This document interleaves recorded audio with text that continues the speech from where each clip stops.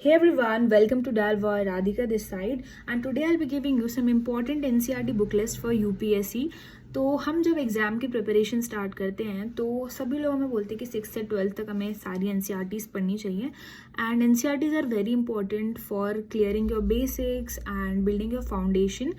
And आज मैं आपको कुछ इंपॉर्टेंट NCERTs बताने वाली हूँ जिन्हें आप बिल्कुल भी स्किप नहीं कर सकते and I will keep this video short and informative and before starting please do consider subscribing this channel for more UPSC content.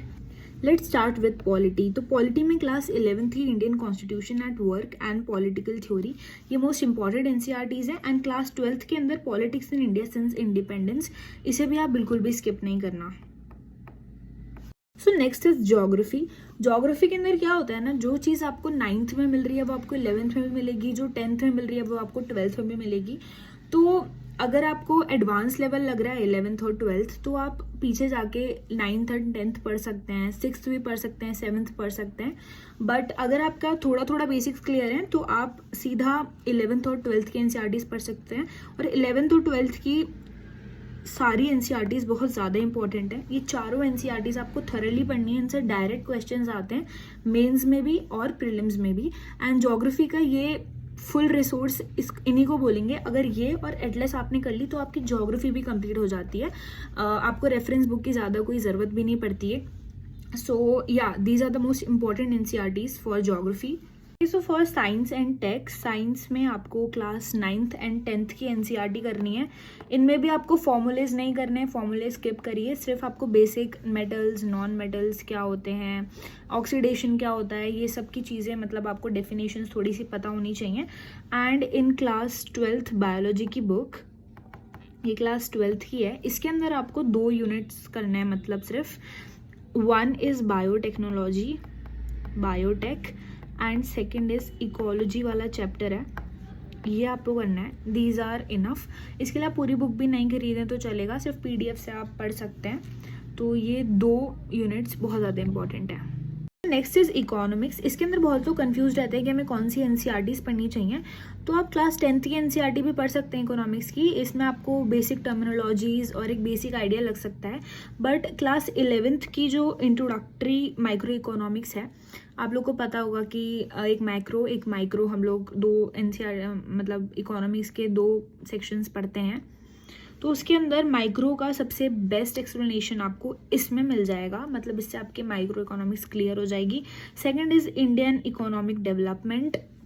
तो ये दोनों एक सफिशिएंट सोर्स हैं आपकी इकोनॉमिक्स क्लियर करने के लिए। इसके बाद आप रेफरेंस बुक पढ़ सकते हैं। तो हिस्ट्री में ये 4 NCERTs मस्ट रीड हैं। पहली है क्लास 12th की themes in Indian history part 1, part 2, part 3। तो ये तीनों NCERTs आपकी एंशियंट, मेडाइवल एंड मॉडर्न तीनों हिस्ट्रीज कवर करा देंगी। एंड फॉर वर्ल्ड हिस्ट्री ये कंटेम्प्रेरी वर्ल्ड हिस्ट्री की बुक आप पढ़ सकते हैं, ये सफिशिएंट है।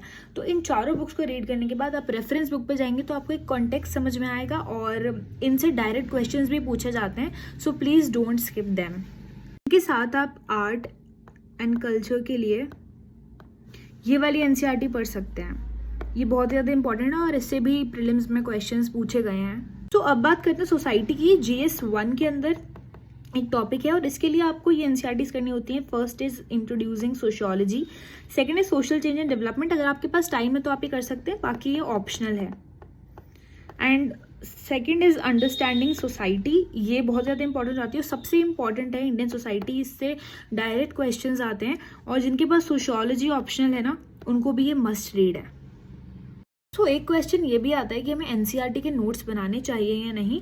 सो NCERT आपकी एक बेस डेवलप करने के लिए पढ़ी जाती हैं और आप चाहें तो इसके एक रफ नोट्स बना सकते हैं, बट इनके फेयर नोट्स बनाना अवॉइड करें क्योंकि आपके लॉन्ग रन में वो काम नहीं आएंगे। आपको इनके अलावा और भी जो एक्स्ट्रा इन्फॉर्मेशन चाहिए होती हैं तो उनके नोट्स काम नहीं आने वाले। आप चाहें तो अंडरलाइन कर सकते हैं, कुछ इंपॉर्टेंट टर्म्स जो हम सीखते हैं वो आप लिख के रख सकते हैं, but please avoid fair notes for NCERTs।